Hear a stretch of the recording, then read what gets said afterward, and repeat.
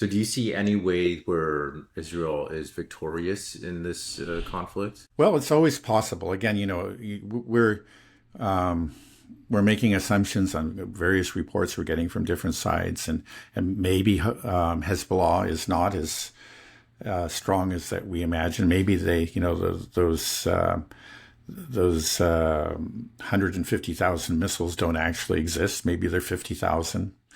It's And still enough, yeah, I well, think. maybe, it depends on, they're supposed to have, they have a lot of these Katyusha rockets, which don't do a whole lot of damage, but if you've got 10,000 of them, you can wreak a lot of havoc let's say, on a small city. Clearly you can. But they claim to also have strategic missiles that could strike deep into Israel, Tel Aviv, with precision guidance systems. And, again, we haven't seen them. And we're assuming that they have them. I think they do, but we don't really know until what happens. And maybe, again, Israel has shown that it's had some tricks up its sleeves. I think it was a couple months ago that they were claiming to have some sort of wonder weapon, and we're wondering what that was. Do you think this was it?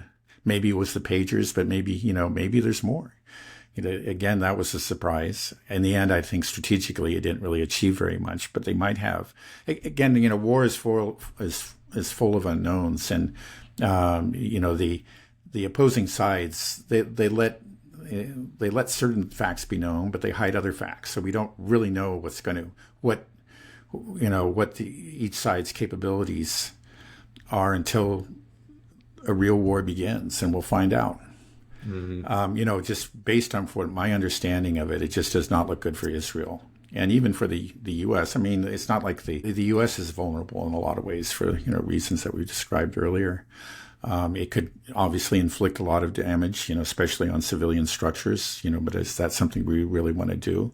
But then it has these military bases that are just like, low-hanging fruit for Iran.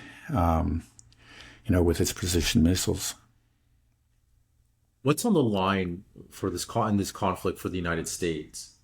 Like, if Israel loses this war, is dealt a severe defeat and blow.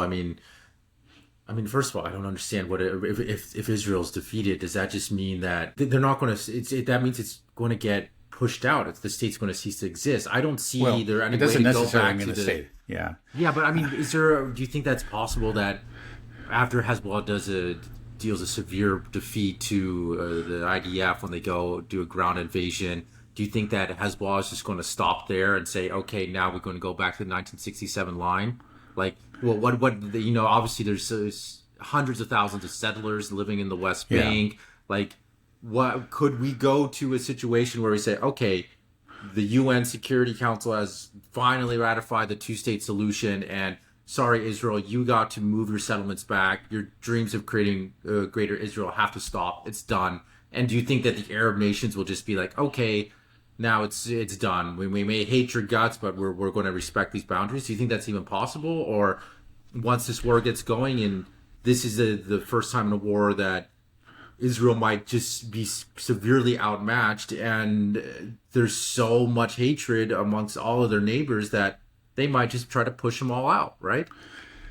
Yeah. Well, one thing is still don't forget that Israel has the U.S. at its back, and it has the U.S. in the UN. So I just don't see the UN Security Council actually, passing a resolution like that. But it would be in the United States' best interest to do it, to say like, yes, well, we got to do it it. would have been in the U.S.'s best interest to actually to constrain Israel months and months ago, years ago. But it's not what the U.S. does. I mean, again, the shots are being called in Tel Aviv, or I guess we have to say now Jerusalem, rather than in the U.S. That seems like an absurd statement, but it's just a fact. Anybody who follows this closely, and that's something that Netanyahu understands very well. They are not going to. Nobody in the U.S. within the U.S. establishment in either political party, with exception of a few dissidents among the Democrats and maybe one on the Republican side, right, is going to risk the risk the appearance or of failing to support Israel in the time of its greatest need. There's just no way. That's just not going to happen.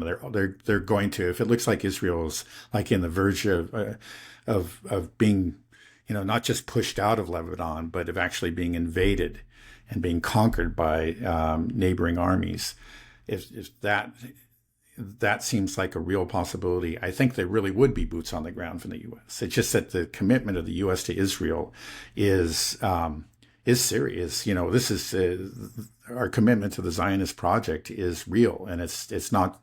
It's within the establishment, but it's also in the base too. As we've pointed out many times. Do you think that there will be people willing to sign up here in the U.S.? Lots of them. I mean, Oh Christian yeah, Zionism's a big force. It's true. yeah. And It's for real. Yeah, I and think you there think would that be. they would. So I mean, that might be what we're looking at. So there, we could actually be looking at potential boots on the ground because the only way I keep on trying to play this scenario out in my mind, how this war is going to play out. Of course, we never know. Everybody's got cards up their sleeves that we can't see. We can't predict the future, but just everything seems to be stacked up against Israel. I mean, I just don't see Israel coming out on top in this. The more that they do, the more they're actually harming themselves. What they've been doing, and they haven't been able to defeat Hamas. The IDF seems to be weak. It seems like the IDF even knows that they can't win this, and their only hope is to bring in the United States. So I just feel like that once this really begins and they go in and we start to see body bags going sent back to Tel Aviv and into Haifa, and all of a sudden, the Hezbollah might be moving in, and the Houthis could be shooting rockets as well, and Iran. We're still waiting for Iran's retaliation, and obviously they got that support, and so I think there will be a point, and it could be not in the too distant future, that Israel is really under the threat of collapsing, where there are neighboring armies starting to pour into Israel, and at that point, like you said, like I maybe I'm wrong, maybe there will be some, but it seems like diplomacy is just completely off the table, and it doesn't seem like. I don't think Israel will be able to do this on their own. They're going to lose. Yeah. Well, and it's clear that Netanyahu has committed himself, and he's committed his government, his country, to a military solution. It's clear that he has no interest in a diplomatic solution. Of course, there was a ceasefire negotiations, but I think that was always a farce. It was just that he never had any interest in that.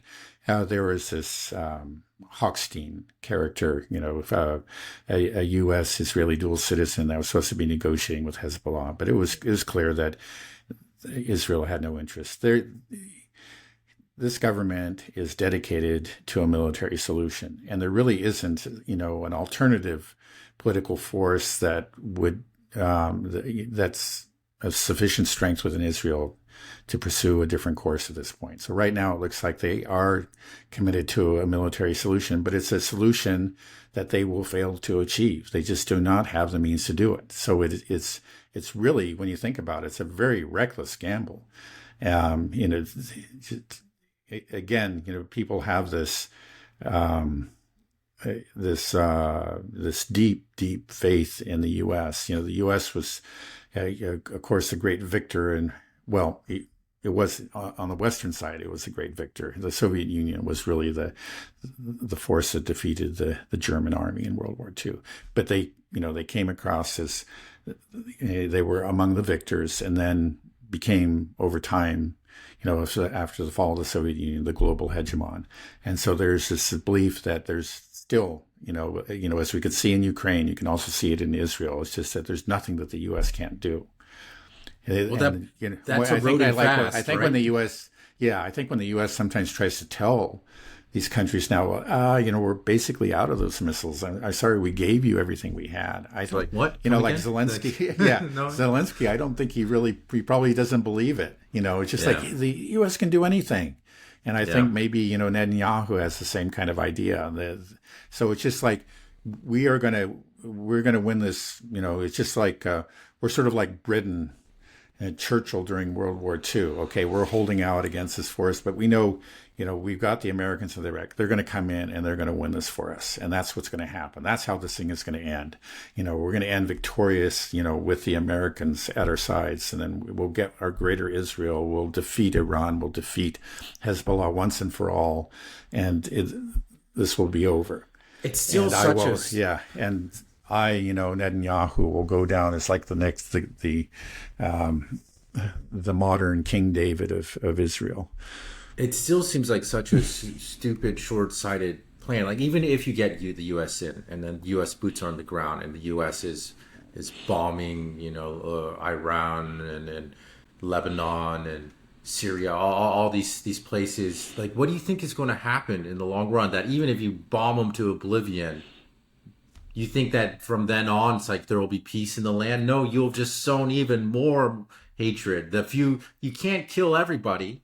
And the more that you kill, the more animosity you're building up against you, and that there will be further resistance. You're ensuring that there will always be this resistance to you. The more that you do this, I just don't see how the U.S. could cause a victory. Right? Yeah, no, it's been we've been short-sighted. It's just, and again. But I think that's the calculation. I guess that for people like Netanyahu, there's no alternative. If he stops right now, well, personally, he'll probably end up in prison. His government will fall apart. He'll be surrounded. Israel has already become a global pariah. People will say, look, what have you done? What have you done? We're now a lot worse off than when you started this campaign on, after October 7th. So it's just like things have clearly become worse. Israel's economy is in tatters. Its military forces worn down. It's failed to achieve its military objectives. You call it off right now, you're admitting defeat. And that's something that, a politician, a government just can't do. It would be the smart thing to do is you just cut your losses. You made a mistake, but again, look what's happening too in Ukraine. It's the same thing. It should have been, if you had made a deal 2 years ago, you would have kept almost everything, right? If you made a deal a year ago, you would have kept most of it. Now, if you make a deal now, you'll just lose the 4 oblasts and Crimea. But if you keep on fighting, you're going to probably end up losing all of Kharkov and Odessa and Nikolaev, and it'll.